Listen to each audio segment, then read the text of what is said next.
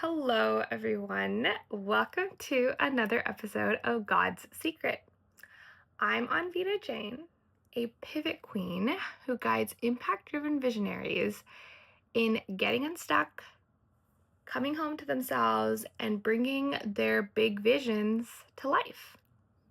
Today, we're going to be chatting about the top 5 values that I am choosing to currently live into and that drive this space. And I think it's so clear as a visionary to know which values I am currently living into, because it helps me stay clear on what moves the vision forward and what doesn't. So I want to start this by inviting you to take a couple of deep breaths and really settling into the space. You don't need to be anywhere else. This time is for you. And really take this episode in as an experience. See what clicks in your spirit, lands in your bones, resonates with you. Because those are doorways into your inner yes. That's like your inner yes communicating with you. And as one of my favorite astrologers, Britton LaRue, says, what's meant for you cannot miss you. Your body will feel it. So let yourself be in the experience without needing to track everything or write everything down. And speaking of which, so I'm currently taking this fantastic masterclass on promoting oneself, branding, with Britton and her partner. And one of the exercises they had us do on the first class was write an epitaph, aka think about what are we going to care about on our deathbed. And it brought me so much clarity about what this movement is about. So my epitaph is, or the one I came up with right now: she led with her truth, brought loved ones homes, and built a legacy.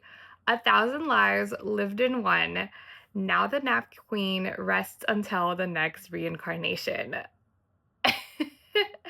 And basically just made me realize the core thing I care about in this life is building a movement where everyone is leading with their inner yes. Because that's what I believe the direction the collective and earth is headed.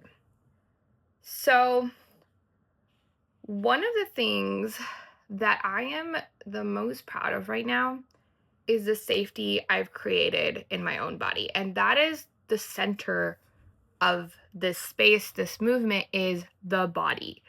And personally for me, this movement started in 2023 when I was diagnosed with anxiety and depression and tended to wake up most days questioning what the point of my life really was, right? And what helped me move through it was that I showed up messy.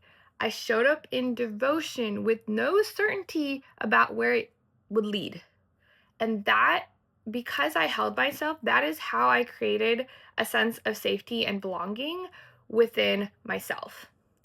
I also put in a very robust structure around taking care of my health first, right? So I did multiple things: Reiki, biofeedback, homeopathic therapy.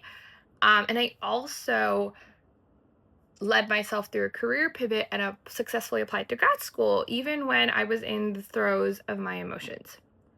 And finally, I stayed in connection with the people that I loved and kept putting myself out there for new experiences. I didn't wait until I was perfectly healed to continue living my life.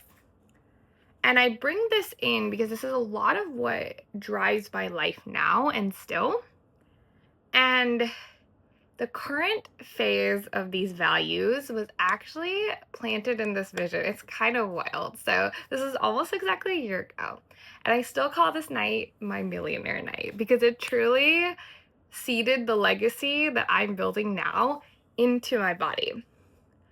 And so I had been invited out to a night out with my then partner, and I didn't realize it. Like, we stayed up until like 4 a.m. just having like really cool conversations about life. And I didn't realize until I left, but I was surrounded by millionaires. And the reason this matters is because that was something that, quite frankly, my ego really wanted at the time. Like, who doesn't want to make millions? And I always placed people who like had that as like separate from me or above me. And I realized that night that I'm like, wait, I was just like hanging out with these people. Like, I'm not so far removed, even on an egoic level, I'm not so far removed from the people who have what I want. And so that night I went home and I was like, what does that version of me look like? Like, what is one thing that she does that I can start doing today? And I remember on the drive home, I had this like vision download that became clear later. And it was basically this vision of like my feminine and my masculine part, basically. I didn't realize that it was that at the time. And it was this guardian like figure, like it's a very strong, clear leader standing guard over this little girl who was like weaving this light grid, like the vision of New Earth. And she was a child and she was really good at seeing, super psychic, had like such amazing gifts that she needed a guardian, a patient, ever present guardian standing there. And that vision would not leave my heart. And it was basically like my masculine and feminine parts working together to create this legacy. And that's where my 5 values that I currently live into were planted. So from there, let's get into what are those values? What do I care about the most? What matters to me? And what matters in this space, really. It's a lot bigger than just me. So first and foremost is truth, honesty, and truth. And this is a combination of two things. It's one, my personal aura, like the frequency that I physically have in my cells. And the other thing is discernment, which is another value I will chat about later. But it's basically taking care of myself, right? Tending to my aura, tending to my energy on a daily basis, and also choosing my hell yes. And that's it. That's what I consider as discernment, is continuing to choose to give my attention to my hell yes. And these two go together to help me live my truth, ultimately. And a lot of times, I've heard so many times that like love is the highest frequency. And I won't deny that love is a high frequency. But the highest, and highest in terms of like, so, frequency is literally cells. Get nerdy with me for a second. We're going to go into the physics. So, cells vibrate physically, which creates a wave, right? Like an energy wave that is measured at a frequency. For those of you who already know physics, feel free to skip this part. So, when I say highest frequency, I don't mean better than each other, right? I mean, numerically, it's just a higher hertz. That's all that means. But anyways, authenticity has literally been measured to be one of the highest frequencies. And so for me, that I have noticed that I'm the most clear when I'm willing to be honest with myself. So that's why for me, like living my truth is where it starts. So what comes along with that is not just moving with my truth, but being able to express from a place of truth. And that can be scary because, we can lose things on the outside, right? Things that don't fit my truth are going to fall away when I speak from truth. And that's where devotion really comes in, right? For me, devotion, like I am unwaveringly devoted to my center. And I don't mean perfectly. I don't mean that I haven't lost my path. I don't mean that I'm always perfectly following my truth. I mean that I know I will always come back. Anytime I've left a relationship, a misaligned career path, a just toxic friendships, it's because it was compromising my mission. That's always been the thing that makes me leave. And that is a core value for me, is devotion to the mission that my soul came to do on this lifetime. And that's a great thing for me because it is something that I get to choose, and it keeps me anchored in my higher faith. Now let's go back to one thing that I mentioned earlier with living my truth is discernment. And by discernment, I mean choice, right? So the two go hand in hand, and I value those two at another level because it basically means that I get to choose where my time, my energy, and my attention goes. And remembering that no matter what noise tells me otherwise, no matter if anyone tries to pull me into outsourcing my authority, I remember that ultimately in my life, I have that authority, and keeping that authority, right? Even when I'm working with teachers and coaches and other people that I admire and respect, the way they move, I ultimately know my experience the best. And that's something I center with my clients too. It's very, very important to remember choice and authority, especially if you want to live a life where your truth is truly the one leading. And then this word I love talking about, play. play. I spent a whole year focusing on the energy of play and bringing that into my life because here's why play is so powerful. Learning in play can be 20 to 40 times, and no, I'm not making that figure up, faster than traditional learning models. There's a reason that people talk about children learning like languages and other topics so effectively. It's because children have this innate sense of play.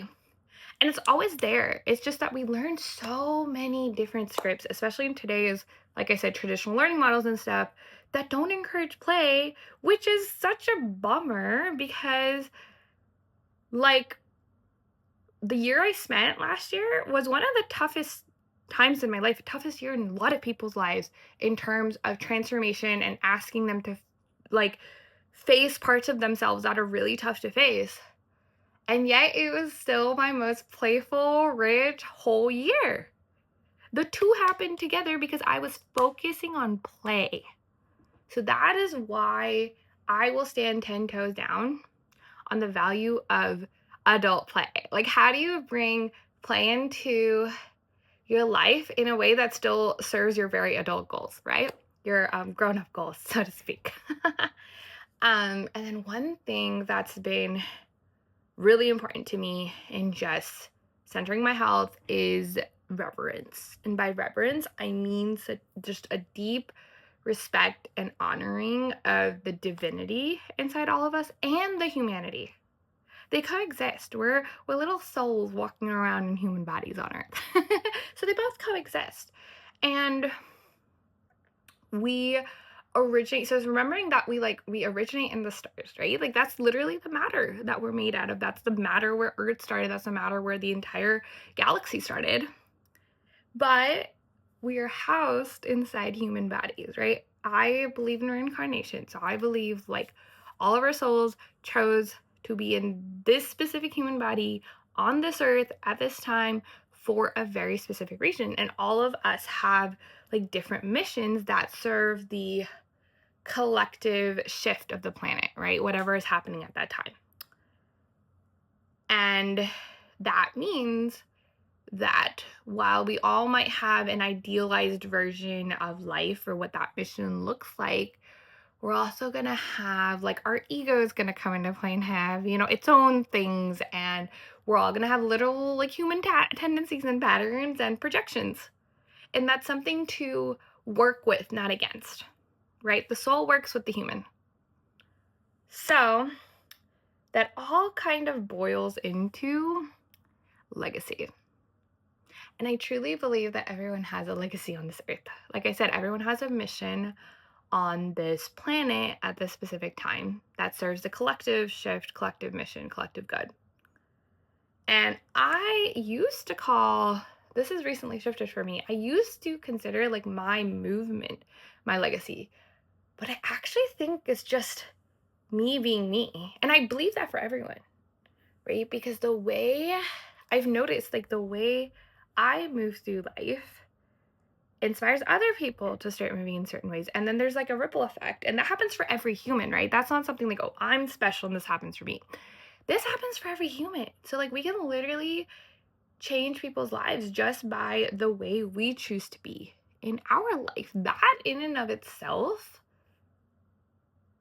is life changing, right? That's not even counting anything else that you do beyond that, right? Any movement that you create, any product that you put out there that changes lives. That's just you being you in your daily life.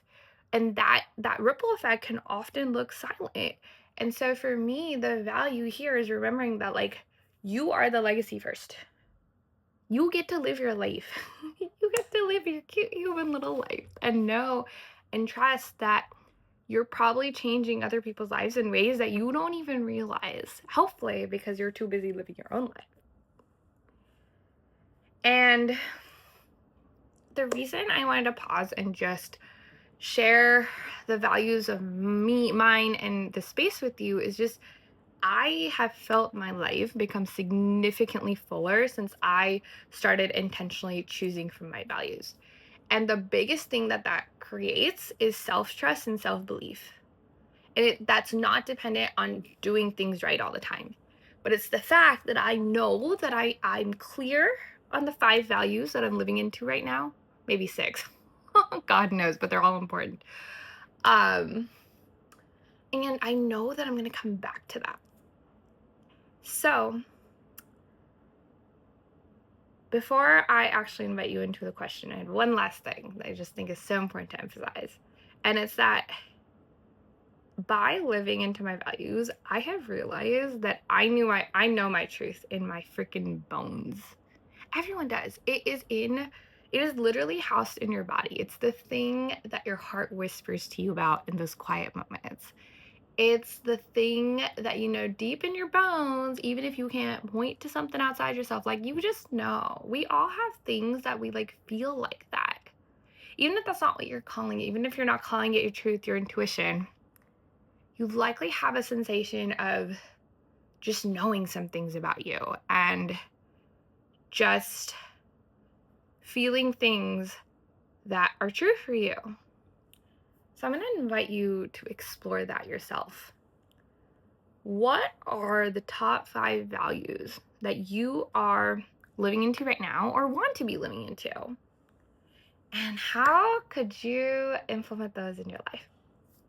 I would love to hear from you in the comments as you play with this question. Share one of your values. Be seen in it. That's super, super powerful in bringing it into your life. And if you're ready for soul-led choices, messy human devotion, and a life that gets to feel deeply alive and juicy along the way, this is your space. Subscribe for regular video updates. If you're looking for deeper support, I would love to serve your clarity. So I'm going to leave a link in the description to book a 30-minute free clarity call. Let's get you clear on the next steps to your movement.